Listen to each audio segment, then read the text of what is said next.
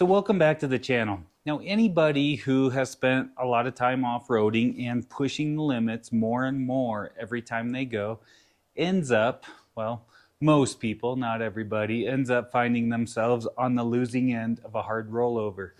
Doesn't matter if you're in a UTV, a big built Jeep, a Rockcrawler, whatever. People who push the limits will find this point at some point. Now, the thing is, it sucks when this happens, when you end up caving your cage in. It's just, but it's kind of the risk that we play. And I remember thinking back when I used to just drive around with built Jeeps and stuff, man, it'd be so nice to have a buggy. It's so easy when you roll over and wreck your stuff. All you gotta do is cut out a new panel and stuff, but the truth is, buggies still get damaged too. Now, Jeep tub, like we got back there, yeah, it is harder to fix that once you crinkle the sheet metal. You know, it's definitely a lot harder. But it's not like buggies are immune to all damage. Now, I put a straight edge here so we can kind of see what we've got going on. And you can kind of see the gap we've got going there. I'd say it's a pretty good gap. So what we're going to be doing this time is cutting the bad tube out. Now, I've seen a lot of different people do these sorts of repairs before. People posting online from Ultra 4 racers, rock crawlers, just all different people and friends that I've seen do this as well. Now, there's one thing we could do is just cut this section out, take another 1 3/4 piece of DOM and just kind of butt weld it, I guess as you would say, in. And that's what this is right here. This piece that's actually been on its lid quite a few times. You can see this is just butt welded. That doesn't have a sleeve inside of there. And the thing is, that's not in the main driver's compartment. So what I want to do for this repair is cut out this bad tube, and then we're going to cut a couple little sleeves to put in there. Then we're going to drill a couple holes and then slide that sleeve back into place so that it helps support that weld. And what that means is if we roll, when we roll, I should say, not all of the weight of the chassis is just on that weld. You actually have a tube back there supporting it as well. So that's kind of the theory, what I'm going to do there. Now, another tube, like a non-supportive type tube, that's not part of the main structure, I'd probably just butt weld those.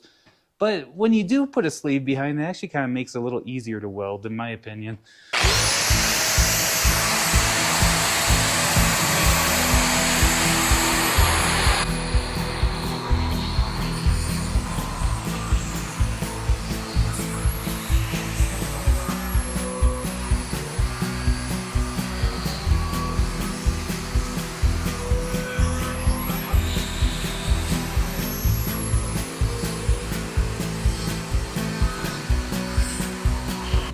All right, so I got this piece out. Basically, what you have to watch out for, you know, when a piece is bent like that and bound up in there, there can be a lot of tension behind it. So sometimes when you finally break it free, the tube can move a little bit and pinch your blade. Maybe in this case, it would have been better to use a Sawzall. So if it pinched it, that it wouldn't break the wheel apart on a cutoff. On a grinder with a cutoff wheel. I just like cutoff wheels. I think they're quick and easy. But maybe that would have been a better place to use a Sawzall. I have a bunch of Sawzall blades. I just like the cutoff wheel. So here we go. What we'll get is, this one had a little tension behind it. It moved a little bit, but not too much. So what we can do is cut a new piece. We're going to cut a couple pieces of 1.5 inches, clean them up, clean all this up with a grinder, and then I've got a little dent. I've got a little dent right here, so you can see that. We're going to try to pound this out. Maybe I try to take a piece of 1.5 inches and pound that sucker in there and bend this back out. Maybe put some heat to this right here. I've seen people argue about this online. Like sometimes some guys just try to fill these with weld. A lot of times these online forums and stuff, like I just set a fly on the wall and I just read what people are arguing about. And some people are talking about arguing about welding in dents in the tube like that. You know, the old guys that are always all grumpy and stuff, they're like, you can't do that, it's gonna make it so much weaker and makes a hot spot and all this stuff. I mean, honestly, on a rock crawling chassis, I don't think, you know, somewhere like this, just rubbing the rocks and stuff, I don't think it's a big deal. But what we're gonna do is try to sleeve that and pound it back out, see if we can at least get that backed up with the sleeve in there.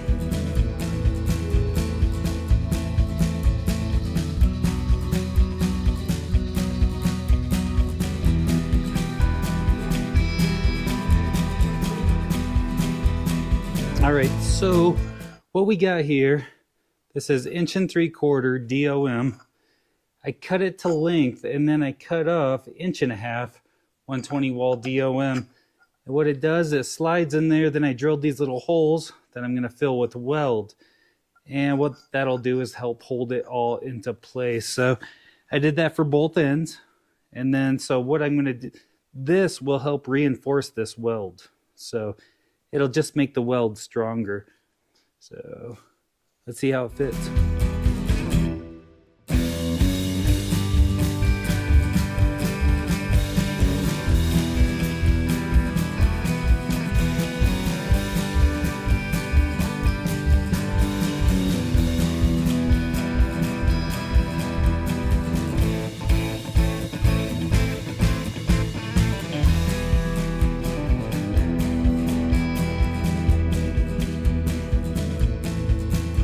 Alright, so what we did here is, you can see, I just now have to run around this and weld it up.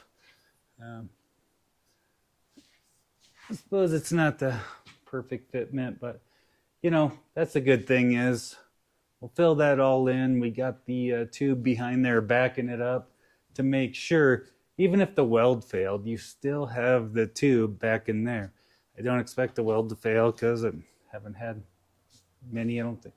Hardly ever fails. So anyway, the thing is, we will bust out the TIG welder. I like TIG welding this stuff, and we'll talk about why I prefer to TIG weld situations like this here in a minute. All right, so got my good old TIG welder out here, and I haven't got to use this one much. I bought a new flex head for it, so kind of excited to try that out. It should be kind of fun.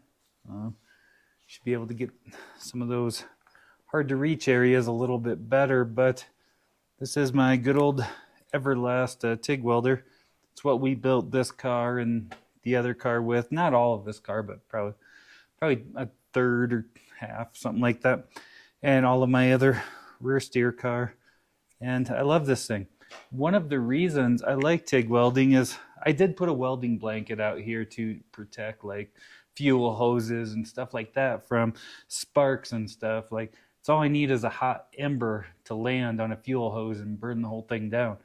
But the nice thing about TIG welding is you don't have all of that slag and sparks like you do with a MIG welder. It's much cleaner, much safer, and leaves a nicer, cleaner weld in my opinion. So that's why I prefer it for these sorts of repairs. You don't get the sparks and stuff all over everything else. So that's what I prefer to use. So that dent on the tube up here, I couldn't get rid of that, so I cut out a little piece. What we're going to do is weld that in there. We'll grinder smooth and clean it up. So yeah, that I figure it's better than just filling it with weld, because I'm not going to replace this entire piece. I'm just going to put this one in here, weld it in, we'll grinder smooth, just leave kind of the main weld where it's supposed to be. Anyway, it's all backed up right here by this inner tube, so it's not just all like butt welded together. It is so that's my plan. We'll see how this works. A little rusty at TIG welding. It's been a little bit, so let's see how it goes.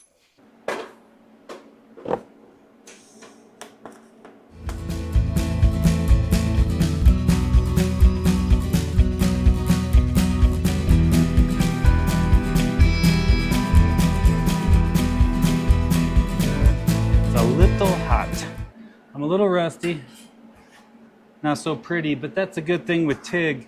It's way more forgiving. You can let it cool down, kind of clean it up, and then do another pass over top of it. I was standing on the hose, and that's another thing. If you see you're starting to like throw sparks and it's getting dirty, you know, it's like, oops, I'm standing on the hose, I'm stopping the gas. Oops. All right, we got her all welded up here. Just a little rusty at my TIG welding. We'll be doing a bunch more welding here in the future. So what I'm gonna do, grind this all smooth, sand her down. Nobody will ever know. It'll look like nothing ever happened.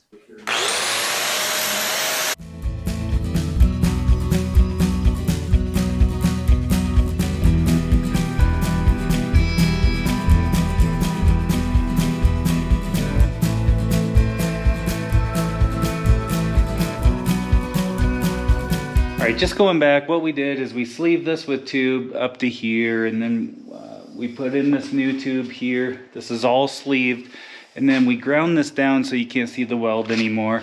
And then what I do is I put a couple hundred grit on the grinder, and